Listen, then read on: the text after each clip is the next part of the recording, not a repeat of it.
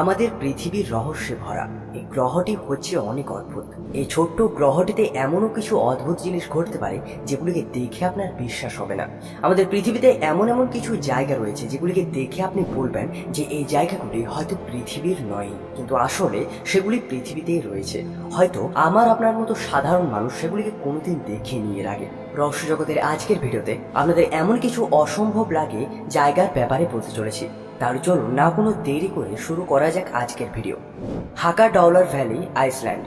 এই কথাটি শুনে আপনি হয়তো অবাক হবেন না যে আইসল্যান্ড হচ্ছে পৃথিবীর সবচেয়ে সুন্দর জায়গাগুলির মধ্যে একটি। সমগ্র দেশটিতে ছড়িয়ে রয়েছে পাহাড়, পর্বত ও নদী নালার এক মনোরম দৃশ্য। আর সেরকমই এখানকার নর্ডিক আইল্যান্ড তার নিজের অদ্ভুত দৃশ্যগুলির জন্য বিশ্বের কাছে অনেক প্রসিদ্ধ। কিন্তু আইসল্যান্ড যখন পর্যটকরা ঘুরতে যায় তখন ব্লু লেগুনে বেশি থাকতে তারা পছন্দ করে। হাকা ডলার ঘাটিকে দেখে আপনি অবাক হয়ে যাবেন। এই জায়গাটিতে অবস্থিত দুটি গিজার্সের জন্য সমগ্র জায়গাটি সারা বিশ্বের কাছে অনেক প্রসিদ্ধ।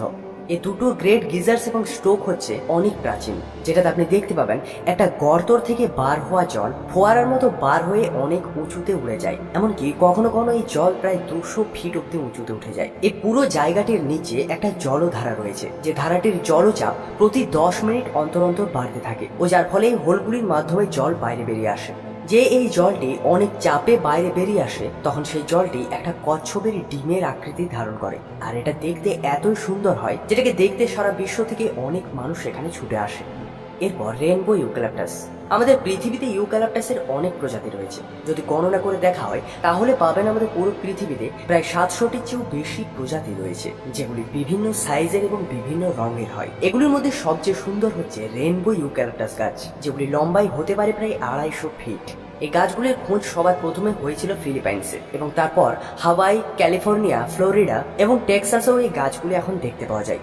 এই এত সুন্দর রং বেরঙের গাছগুলি ক্লোরোফিলের মাত্রা বেড়ে যাওয়ার জন্য তৈরি হয়, যার জন্য গাছের পাতাগুলোর রং সবুজ হয়। এছাড়াও এগুলিতে অনেক ধরনের কেমিক্যাল পাওয়া যায়, যার জন্যই এই গাছগুলির কাণ্ডগুলিতে বিভিন্ন রং দেখতে পাওয়া যায়। এই এলাকাগুলিতে কখনো অধিক বর্ষা, আবার কখনো হয় অধিক গ্রীষ্ম। এজন্য এই জায়গাগুলিতে জলীয় বাষ্পের পরিমাণ হয় অনেক বেশি, যার ফলে এই কেমিক্যালগুলি একে অপরের সাথে মিশে যায় ও গাছগুলির রং হয়ে যায় এরকম। এই রংগুলি আপনি তখনই দেখতে পাবেন যখন আপনি এই গাছগুলির বাইরের ছালগুলি তুলে দেবেন। গাছগুলি যত পুরনো হয় এগুলোর রংগুলিও অনেক সুন্দর হতে থাকে। আমেরিকার বিভিন্ন স্টেটে তো আপনি এই গাছগুলি দেখতে পাবেন, তবে এখন এগুলিকে ফিলিপাইন্সে দেখা খুব কমই মেলে, কেননা সেখানকার পরিবেশে এগুলো বেশি বৃদ্ধি পায় না।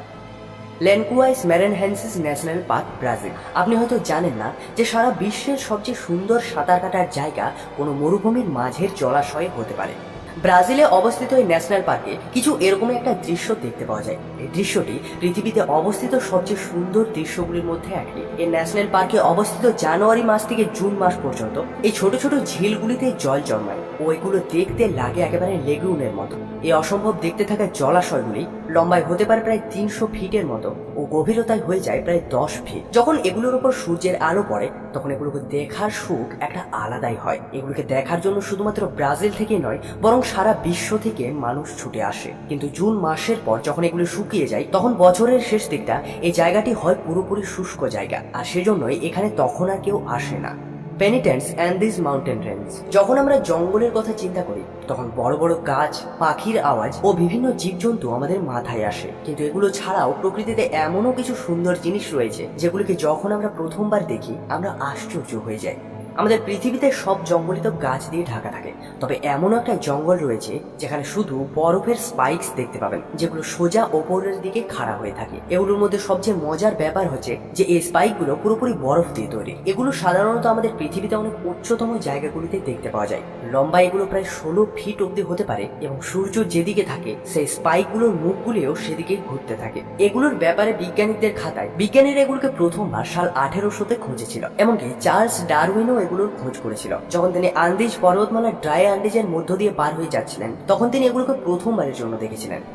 Glow worm cape, New Zealand. আমাদের পৃথিবীতে যত সুন্দর দেশ রয়েছে সেগুলোর মধ্যে নিউজিল্যান্ডকেও গোনা হয়। এখানকার নর্থ আইল্যান্ডে অনেকগুলি ছোট ছোট পুরনো গুহা রয়েছে। যখন আপনি গুহাগুলির গভীরতায় যান তখন আপনি যা কিছুই দেখতে পান সেগুলো কোনো জাদুর থেকে কম মনে হয় না। আসলে এগুলি আলাদা কিছু নয়, বরং এগুলো হচ্ছে এক ধরনের পোকা।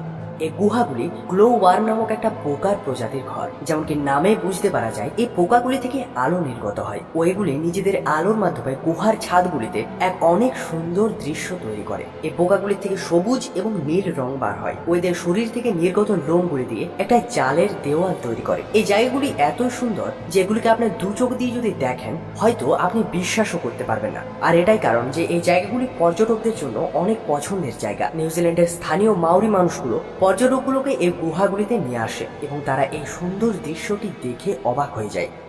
দ্য ওয়েব অ্যারিজোনা রহস্য জগতের আজকের ভিডিও দ্বারা দেখানো এই জায়গাগুলিতে যে কোনো মানুষ সহজেই যেতে পারবে, তবে শর্ত তার সাথে একজন ভালো গাইড থাকুক এবং তিনি যেন ভালোভাবে প্রস্তুতি নিয়ে থাকে। তবে এখন যে জায়গাটির ব্যাপারে আপনাদের বলতে চলেছি সেই জায়গাটিতে যাওয়ার জন্য আপনাদের একটা বিশেষ ধরনের পারমিশন নিতে হবে। এমনকি এই জায়গাটিতে প্রতিদিন শুধুমাত্র 20 জন মানুষের যাওয়ার পারমিশন পাওয়া যায়। আমরা যে জায়গাটির ব্যাপারে বলছি জায়গাটিকে ওয়েব নামে জানা হয় আর এটি রয়েছে অ্যারিজোনাতে। এই ওয়েবগুলি অনেক সুন্দর বালি পাথর দিয়ে তৈরি ও এগুলি নিজেদের মসৃণ ঘূর্ণন ও মসৃণ লাইনগুলোর জন্য অনেক বিখ্যাত। আসলে এই ওয়েবটি তখন তৈরি হয়েছিল যখন আজ থেকে প্রায় 200 বছর আগে যখন বালির টিলাগুলো পাথরে পরিণত হতে শুরু হয়। সময় সময়ে আসা বন্যার জন্য এই জায়গাগুলিতে এরকম দৃশ্য তৈরি হয়ে যায় আর যার জন্যই আজকে আমরা এই জায়গাটিকে বর্তমানে এরকম অবস্থাতে দেখতে পাচ্ছি। পৃথিবীতে যত সুরক্ষিত জায়গাগুলি রয়েছে সেগুলির মধ্যে এটাও হচ্ছে অনেক সুরক্ষিত জায়গা। তবে হ্যাঁ, এই ওয়েবসটি হচ্ছে অনেক ভয়ঙ্কর, কেননা যে কোনো মানুষ এখানে সহজেই হারিয়ে যেতে পারে। গরমের জন্য এখানকার তাপমাত্রা কখনো কখনো নিয়ন্ত্রণের বাইরেও চলে যায়। যদি আপনি পারমিট পেয়ে গেছেন ও আপনি সুন্দর জায়গাটিতে হারিয়ে না যান তাহলে মানা হবে আপনার ভাগ্য হচ্ছে খুবই ভালো। সত্যি এই জায়গাটিতে যদি আপনি যান আপনার মনে হবে যে আপনি পৃথিবীতেই নেই। এরপর ডেজার্ট রোজ।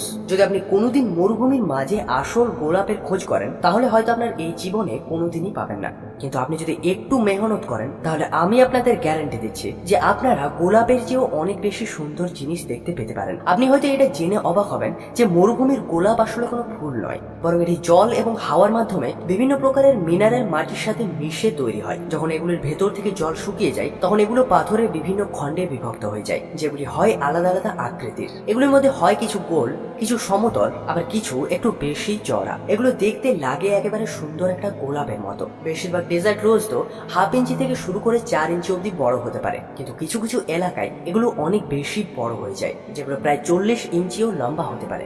মরুভূমির মাঝে পাওয়া যায় লবণাক্ত বেসিনগুলোতে এই ডেজার্ট রোজগুলি খুব বেশি মাত্রায় পাওয়া যায়। এগুলো Jordan, Algeria, Egypt, Saudi Arabia, Spain, Mexico এবং অ্যারিজোনার মতো বিভিন্ন জায়গাতে পাওয়া যায়। আর সবার শেষে বলবো, ভালো থাকেন। ধন্যবাদ।